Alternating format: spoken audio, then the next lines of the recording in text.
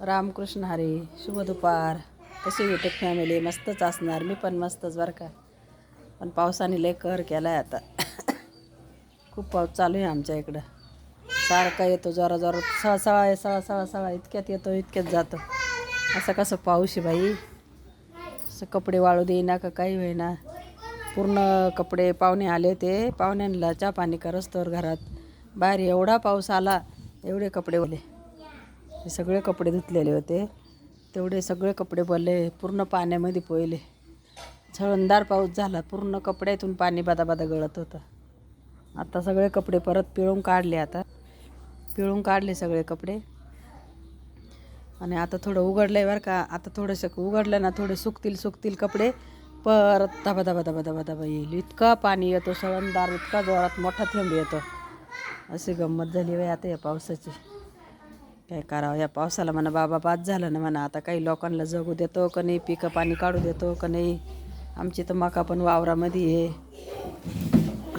मका वावरामध्ये आडवी पडली, काही उभी आहे, काही सोंगाय वाचून गेली काही.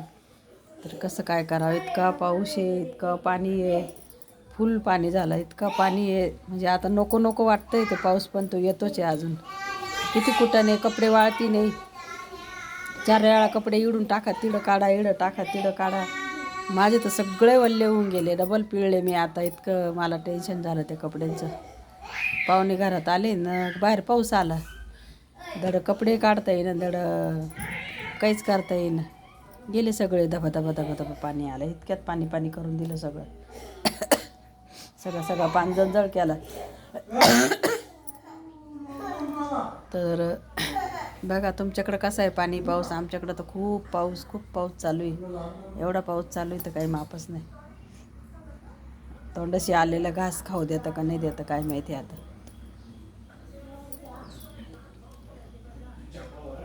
तर बघा पुढचे पिकं येतील चांगले. पण मग पुढं बी काय सांगता येतं.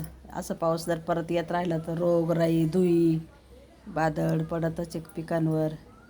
पुढचं पिकल तेव्हा पिकल. पण आजचं आलेलं पीक खाऊ देईना ना ते पाण्यामध्ये सगळं पोहू राहिलं आलेलं पीक.